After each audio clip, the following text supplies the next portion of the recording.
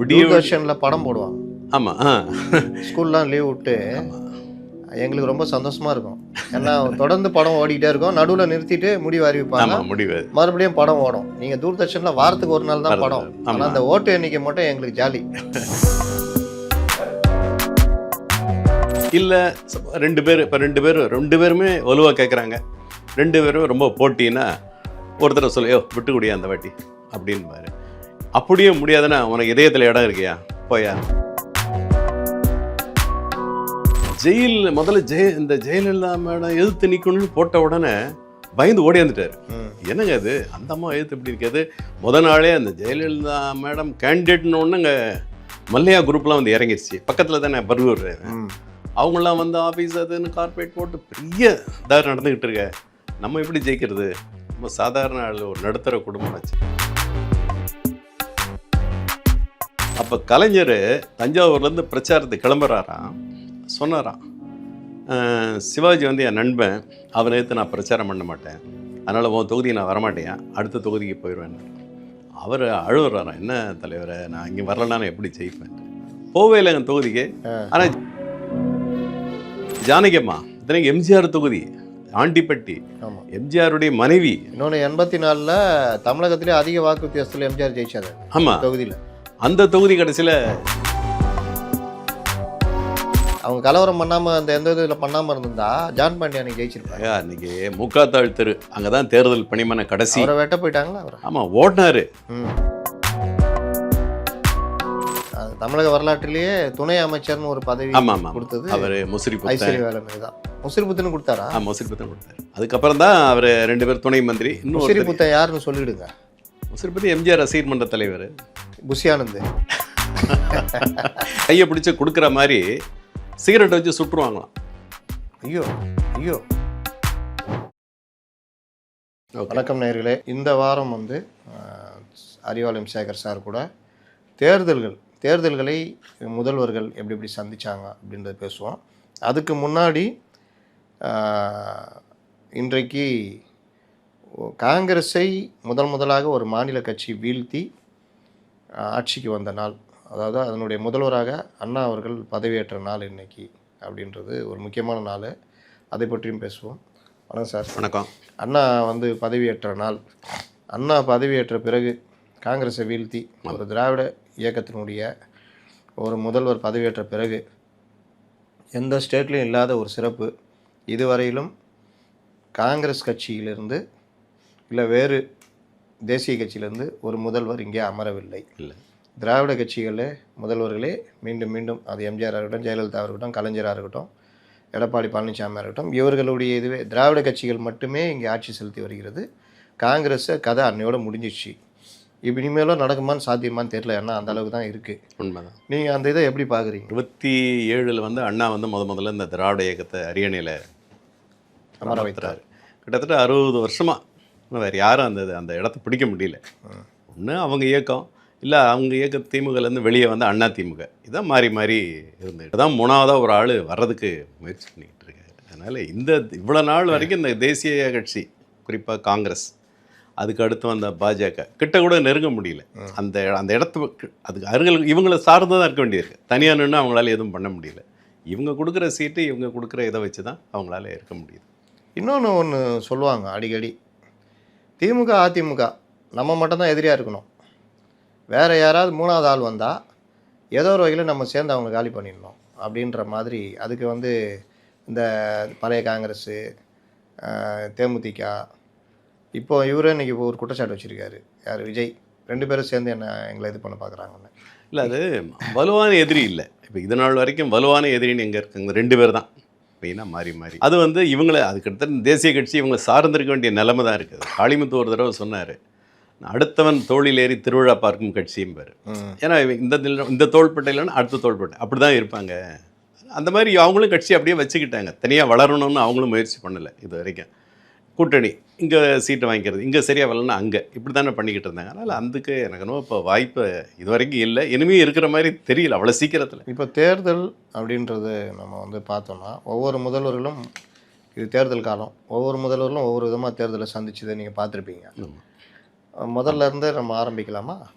ஆமாம், ஆமாம், அதாவது தேர்தல் வந்து முதல்லலாம் வந்து ஓட்டுச்சீட்டு பெட்டி, அதை தான் அப்போ இந்த பெட்டியில் இது பண்ணுவாங்க, ஓட்டுச்சீட்டில் முத்திரை குத்துவாங்க, அது கொண்டு அதுக்கு பெட்டி எடுத்துகிட்டு போகிறது, அது 50 கவுண்ட் பண்ணுறது, கலக்கிறது, திரும்ப கவுண்ட் பண்ணுறது, கிட்டத்தட்ட 1.5 நாள் விடிய. தூர்தர்ஷனில் படம் போடுவாங்க.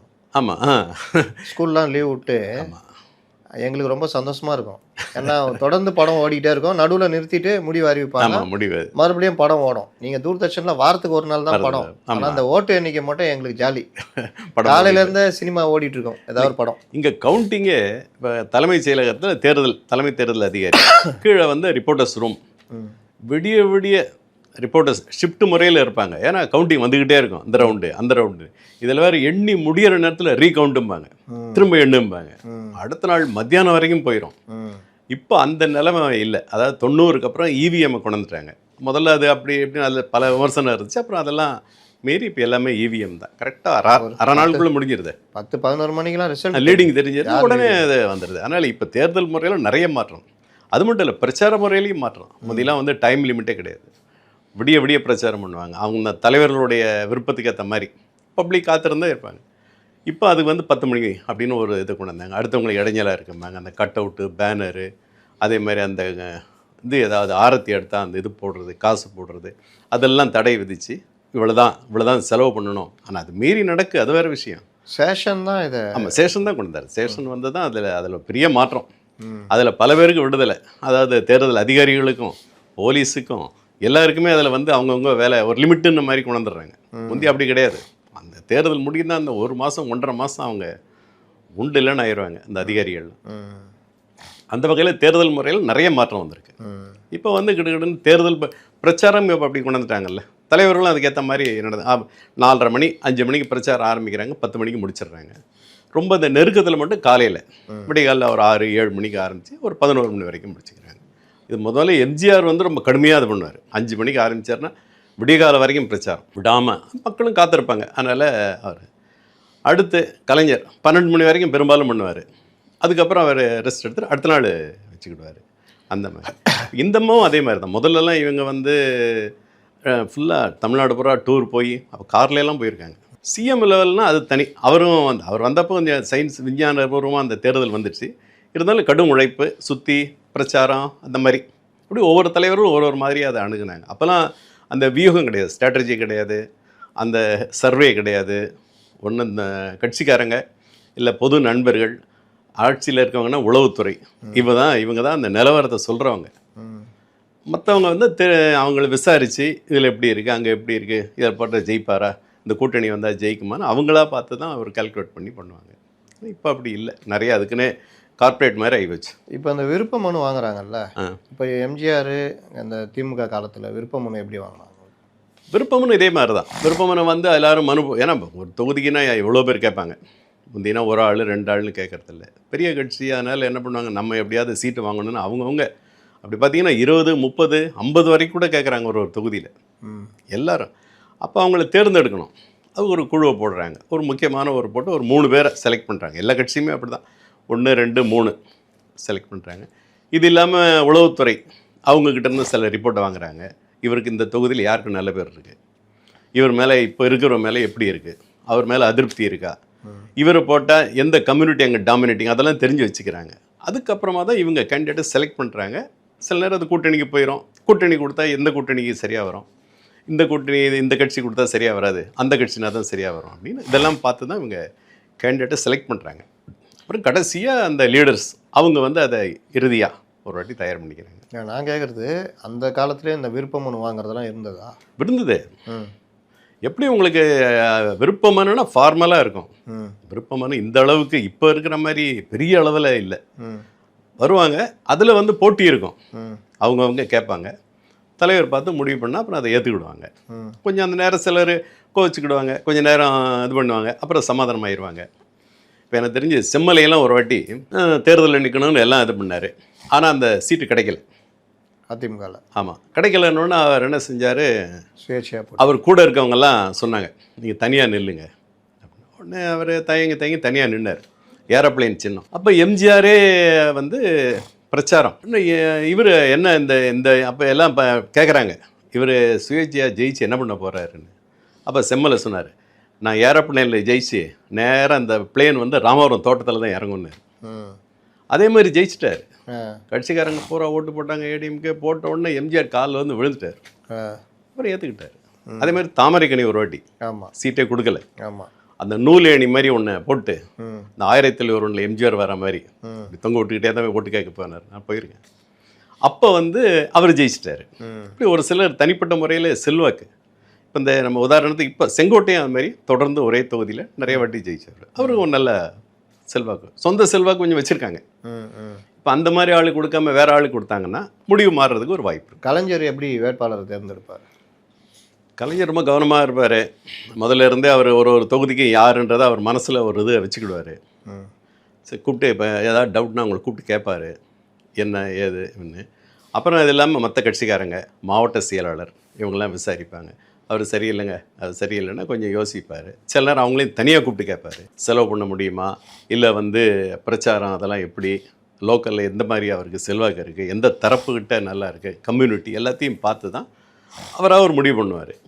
இல்லை ரெண்டு பேருமே வலுவாக கேட்குறாங்க, ரெண்டு பேரும் ரொம்ப போட்டின்னா ஒருத்தரை சொல்லையோ விட்டு கூடியா அந்த வாட்டி அப்படின்பாரு.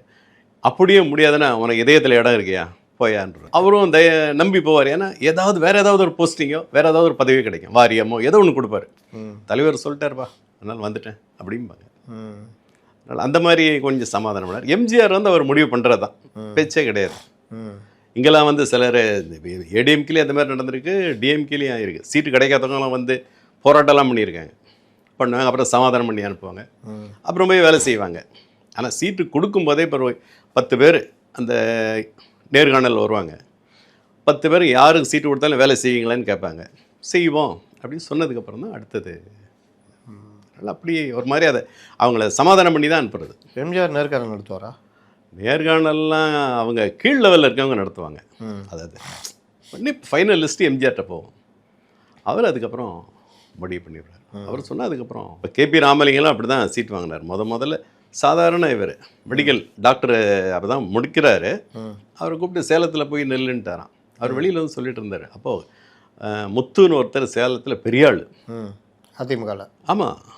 அவரை பார்த்தோன்னே ஐயோ அவரை எதிர்த்து எப்படி நாம் நிற்கிறதுன்னு எம்ஜிஆர் சொல்கிறாரு, போயா நெல்லியா அப்படின்னு எல்லாம் மற்ற கட்சிக்காரனும் போய் நின்னாரு, ஜெயிச்சிட்டாரு.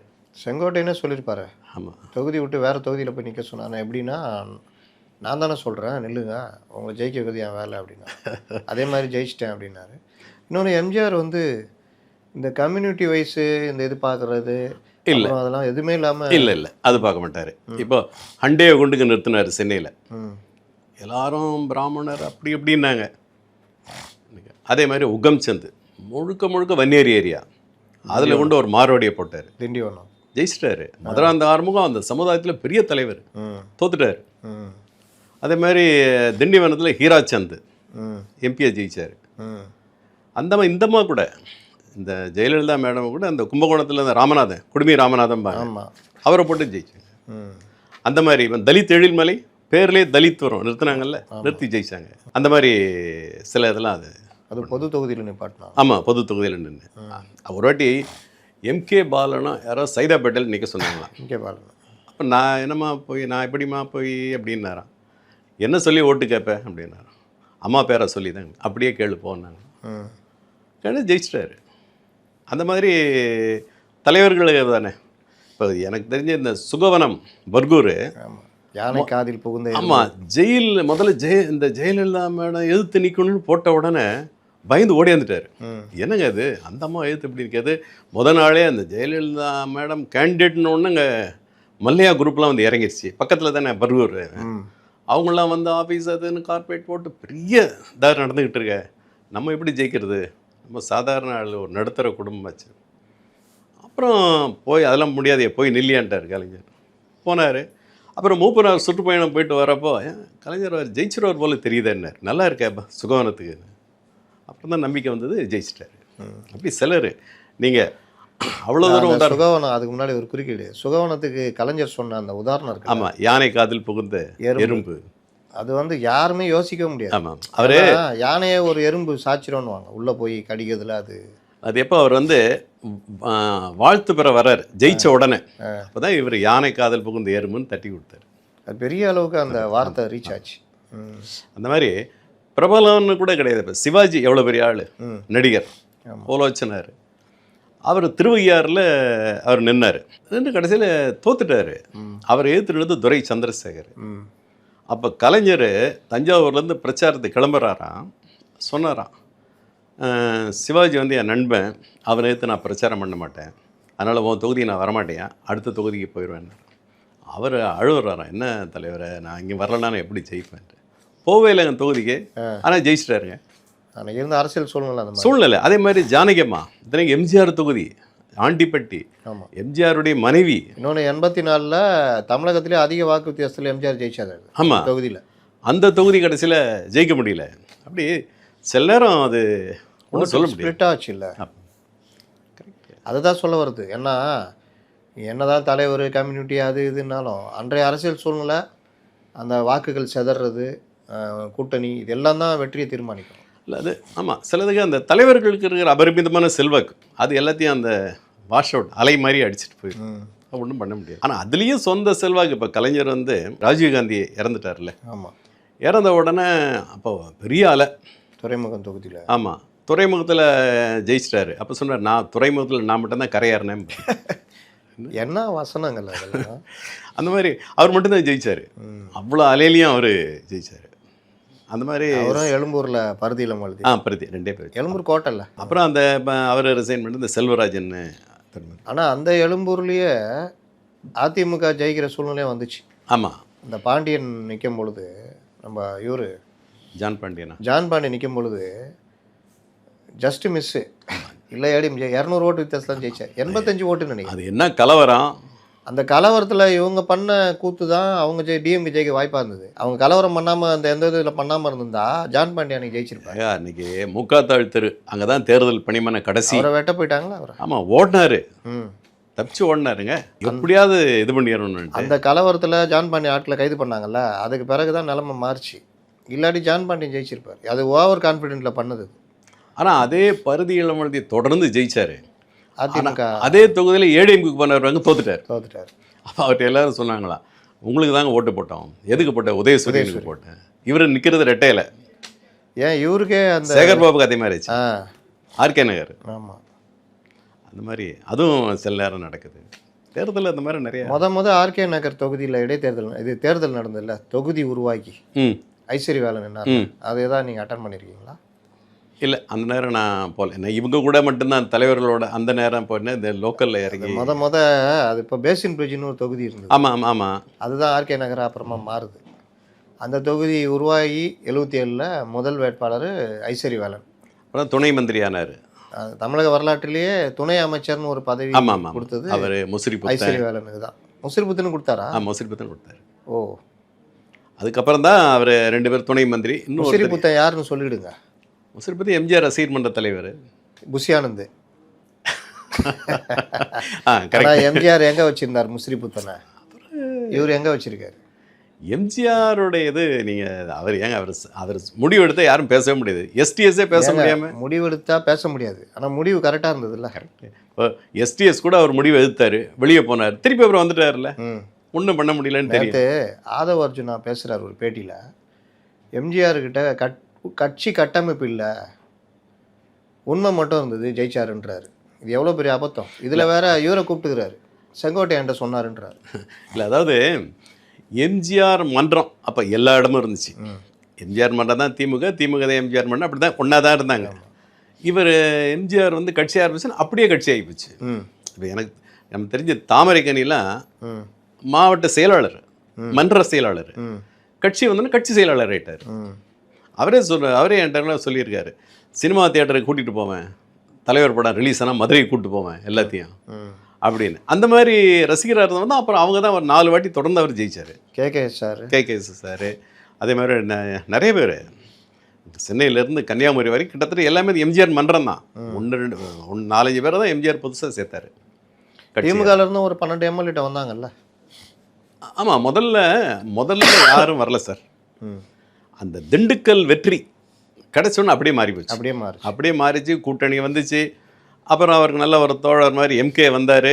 கொஞ்சம் அந்த இதெல்லாம் வியூகங்கள் எல்லாம் கொஞ்சம் டிஸ்கஸ் பண்ணிக்கிட்டாங்க. இவருடைய சொந்த நண்பர்களும் எம்ஜிஆருக்கு செல்வாக்கு, அபரிமிதமான செல்வாக்கு.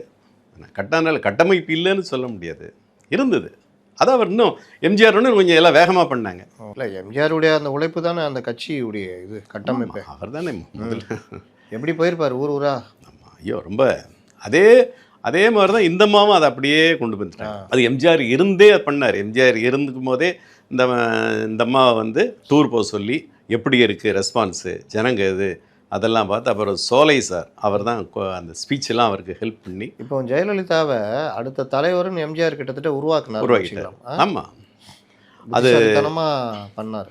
ஆமாம், ஆமாம், அதாவது இவர் வந்து நமக்கு ஒரு இதாக இருக்கணும். இப்போ இவர் சிஎம் ஆகிட்டார், மீட்டிங் போகிறதுக்கு சுற்றுப்பயணம் போகிறதுக்கெல்லாம் அந்த அம்மாவை அனுப்பிச்சு அது நல்லா சக்ஸஸ் ஆயிடுச்சு. அந்த சத்துணவு திட்ட அமைப்பாளர் போஸ்ட்டை வச்சு தமிழ்நாடு ஃபுல்லாக சுற்றினாங்க. ஆமாம், உயர்மட்ட குழு போட்டார். உயர்மட்ட குழு போட்டார். அப்புறம் கொள்கை பிறப்பு செயலாளர்னு போட்டார். அப்புறம் முழுசா அப்புறம் தொடர்கள் எல்லாம் ஏற்றுக்கிட்டாங்க. இவங்க ஃபுல்லாக போவாங்கல்ல தமிழ்நாடு ஃபுல்லாக. ஆமாம், தமிழ்நாடு பூரா போயிருக்காங்க, மீட்டிங் போயிருக்காங்க, டூர் போயிருக்காங்க, எலெக்ஷன் டூர்லாம் நிறைய. அந்த எம்ஜிஆர் மன்ற மாநாடுலாம் அப்போ அந்த அம்மா ரொம்ப கூட இருந்து அந்த இதெல்லாம் செங்கோல்லாம் கொடுப்பாங்க. அந்த இதெல்லாம் என்ன இருந்தது. அவர் எம்பி ஆக்கினாரு. இவங்க தான் அடுத்த இதுன்ற மாதிரி அவர் வாரிசுன மாதிரி கொண்டுட்டாரு. கட்சிக்காரங்களும் அதை ஏற்றுக்கிட்டாங்க. நீங்கள் 84 எலெக்ஷனில் இவங்க தான் பெரிய அளவில் பிரச்சாரம் பண்ணாங்கல்ல. ஆமாம், அப்போ வந்து எம்ஜிஆருக்கு ஆமாம் இந்த சைடு ஆர்.எம். வீரப்பன் இந்த கோஷ்டி, ஆமாம், இந்த சைடு ஜெயலலிதா, பாக்யராஜ், இந்த மாதிரி தான் ஃபுல்லாக பிரச்சாரம். அப்போ உங்களுக்கு பொதுவாகவே இந்த மாதிரி செல்வாக்கு இது இல்லை. அது எம்ஜிஆர் செல்வாக்கு அப்படியே விடாமல் டூர்லாம் போய் நல்லா வருது பண்ணி நல்ல பெரிய வெற்றி. அதில் இன்னும் அவங்க ஸ்ட்ராங் ஆகிட்டாங்க. ஆமாம், அப்புறம் தான் கட்சிக்குள்ளே ஒரு சின்ன பிரச்சனைலாம் வந்து இதாச்சு ஆரம்பி. நீங்கள் பார்த்ததில்ல, தேர்தல் பிரச்சாரத்தை ரொம்ப சிறப்பாக கையாண்ட தலைவர்கள் கலைஞர், எம்ஜிஆர், ஜெயலலிதா, இவர் எடப்பாடி பழனிசாமி, ஸ்டாலின், 5 பேரில் வருஷப்படுத்தினா எப்படி நீங்கள் பண்ணுவீங்க? தேர்தல்னால் எனக்கு தெரிஞ்ச முதல்ல எம்ஜிஆர். ஏன்னா அந்த செல்வாக்கை மீறி அவர் இது பண்ணுறாருல. இப்போ ஒரு இடத்துக்கு போகணுன்னா கூட ரொம்ப கஷ்டம், இறங்கி போக முடியாது, நடக்க விட மாட்டாங்க, ஒரே எங்கே போனாலும் கூட்டம் இழுத்துட்டு போவோம். அவரே ஒரு தாட்டி எல்லா ரிப்போர்ட்டர்ஸ்லையும் காட்டியிருக்காரு, இந்த கையை பிடிச்சி கொடுக்குற மாதிரி சிகரெட்டை வச்சு சுட்டுருவாங்களாம். ஐயோ, ஆமாம், ஏன் அவர் அதாவது எதிர்கட்சி ஏதாவது ஒன்று அதே மாதிரி அந்த மாலை போடும்போது அப்போல்லாம் மாலை தானே, அந்த இது ஒன்றும்பாங்களே, அது பூனை கஞ்சான்னு ஏதோ ஒன்று சொல்லுவாங்க, அந்த மாதிரி அதில் மாலையோடு சேர்த்து போட்டுருவாங்களாம், நமச்செல்லாம் எடுக்கணும். அந்த மாதிரி இப்படிலாம் பண்ணி மீறி தான் அவர். எம்ஜிஆர் ஒரு பியூட்டி, அந்த தொப்பியில் படாமல் மாலை. அப்போல்லாம் ஆளுயர மாலை, அது வேற ஆளுயர மாலையே அது தெரியும் கரெக்டாக. அப்படி தூக்கி இப்படி போடுறதுல தொப்பியில் படாது, கரெக்டாக போய் அதே மாதிரி அவருக்கு. அதே மாதிரி காரில் உட்காரும்போது வேகமாக உட்காருவார், ஆனால் தொப்பி இடிக்காது அவருக்கு. அது கரெக்டாக அதை வச்சு தெரியும் அவருக்கு. மதுரையில் ஒரு தடவை இப்படி தான் ஒரு பேட்டியில் எல்லா ரிப்போர்ட்டரும் உள்ளே போயிட்டாங்க. எம்ஜிஆர் தொப்பி இல்லாமல் இருக்கார். எப்படி இருங்க, முடி அடர்த்தி கம்மியாக முடி இருந்தது. எல்லாருக்கும் நிற்கிறாங்க அப்படியே ஷாக் ஆகி, என்ன ஃபோட்டோ எடுங்க.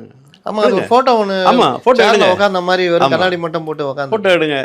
ஃபோட்டோ அவ்வளோதான், ஒரு 5 நிமிஷம் ஃபோட்டோ விடாமல் எடுத்துக்கிட்டு இருக்காங்க. அப்போ வீடியோவில் ஃபோட்டோ வெளியே வந்துச்சு. அப்போ வெளியே வந்துச்சு. சேர்ல உட்காந்து பார்த்த மாதிரி இருக்கும். எல்லாம் ஷாக் ஆகிட்டாங்க. ஒருவேளை ஃபோட்டோ எடுத்தால் திட்டுவாருன்னு நினச்சிட்டு இன்னொன்று அவ்வளோதான்.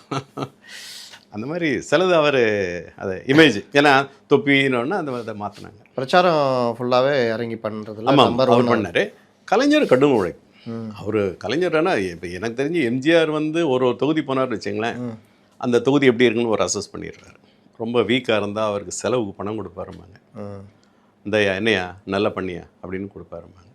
கலைஞர் எல்லாரையும் கூப்பிட்டு வச்சு பேசுவார். அந்த ஹோட்டலில் இந்த தொகுதிக்காரங்க, அப்புறம் மற்றவங்க கட்சிக்காரங்க எப்படி இருக்குது என்ன, ஆமாம் யார் செலவு பண்ணா ஒரு ஆளை சொல்லி என்னாச்சு, அந்த இன்சார்ஜ் போட்டிருப்பாங்களே அவரை கூப்பிட்டு திட்டுவார். அப்புறம் எனக்கு எப்படியே ஜெயிக்கணும் அப்படிம்பார். இந்த மாதிரிலாம் ஃபுல்லாக மைனூட்டாக கவனிப்பார். அது மட்டும் இல்லாமல் டூர் முடிச்சுட்டு வந்து கூட கேட்டுக்குவார். இப்போ சில தொகுதி நல்லா இருக்குன்னு ரிப்போர்ட் வரும், சிலது வீக்காக இருக்குன்னா உடனே ஃபோன் பண்ணி இது ஏன் அப்படி இருக்குது, சரியாக இருக்கணும், நான் அடுத்து வருவேன் அப்படின்னு கேட்பார். இல்லை சில நேரம் அந்த தொகுதிக்குன்னே தனியாக ஒரு ட்ரிப் மாதிரி வச்சுக்கிடுவார். அந்த மாதிரி அவர். அப்புறம் இந்த மேடம் அவங்களும் ரொம்ப முதல்ல ரொம்ப ஹார்ட் ஒர்க். அவங்க சிஎம் ஆன அப்புறம் தான் கொஞ்சம் குறைச்சிக்கிட்டாங்க இந்த பிரச்சாரம் இதை. நீங்கள் அது தெரிஞ்சு இந்த எம்பி எலெக்ஷன் ஒன்று வந்துச்சே, அப்போது அந்த தயாநிதி மாறனை தோக்கடிக்கணுன்னாங்க. அந்த அம்மா தயாநிதி மாறன், டிஆர் பாலு, ஆ ராசா, ஜெகத் ரட்சகன் தோக்கடிச்சிட்டாங்க. 2014 ஒவ்வொருத்தருக்கும் ஒரு மந்திரியை போட்டு நீங்கள் தோக்கடிச்சிட்டு தான் வரணும், என்னை வந்து பார்க்கணுன்ட்டாங்க. ம். தயாநிதி மாறானோன்னு ரொம்ப இது. அப்போல்லாம் விஜயகுமார் ஒரு சாதாரண வக்கீல். அவங்க பாட்டி வந்து திமுக தொண்டரணியில் இருந்தாங்க, சரோஜான் இருந்தாங்க. இவருக்கு தெரியவே இல்லையா, யாருக்கு, அந்த விஜயகுமாருக்கு ரப்பர் செருப்பு தாங்க போட்டிருந்தாரு, ஆ. சாதாரண வேஷ்டி. ம். இவர் தான் கேண்டிடேட்னோடனே அவ்வளோதான். இதுங்க ஏன்னா அது சன் டிவி குரூப் எங்கே, இவர் எங்கன்னு எல்லாருக்கும் வருது. எல்லாரும் வேட்புமனு தாக்கல் அந்த இதெல்லாம் முடிஞ்சு ஆசி வாங்க போகிறாங்களாம் கேண்டிடேட். ம். அந்த அம்மா சொல்லிச்சான், எல்லாரையும் அனுப்பிட்டு அந்த அம்மா நிற்க சொல்லி, ஓட்டு கேட்கும்போது இப்படி போகக்கூடாது, நல்லா டிப்டாப்பாக போனோன்னா உடனே கொஞ்சம் பணம் கொடுங்க, இன்னும் நல்ல ட்ரெஸ் எல்லாம் நல்லா இது பண்ண சொல்லி ஃபுல்லாக அவருக்கு பிரச்சாரம் பண்ணுறதுக்கு மந்திரிங்க போட்டு தினம் வேறு அந்த அம்மா கேட்பாங்களாம், எப்படி இருக்குது அப்படின்னு. ஐயா அம்மா கேட்பாங்களே, நீங்கள் என்ன பண்ணுறது இன்றைக்கி இது அன்றைக்கி அது, நான் அடுத்தடுத்து இவங்க பிரச்சாரங்கள்லாம் மாற்றி பொய் சொன்னாலும் ரிப்போர்ட் வந்துடும். ஆமாம் செலவு பண்ணுறாங்க. அதே மாதிரி டிஆர் பால தோக்கடிக்கிறது ரொம்ப கஷ்டம்னாங்களாம். வைத்திலிங்கம் தோக்கடிச்சு தான் வந்து பார்க்கணுன்ட்டாரா, இல்லைன்னா கோச்சிக்கிடுவாங்களே. 4 பேரும் தோக்கடிச்சாங்க சொல்லி வச்ச 37 தொகுதி பிடிச்சாங்க. ஆமாம், 2 தொகுதி மட்டும்தான் தர்மபுரியும், அது கூட அவங்க பிஜேபி கூட்டணியில் தான் ஜெயிச்சாங்க. தர்மபுரியும் இன்னொரு தொகுதியும்.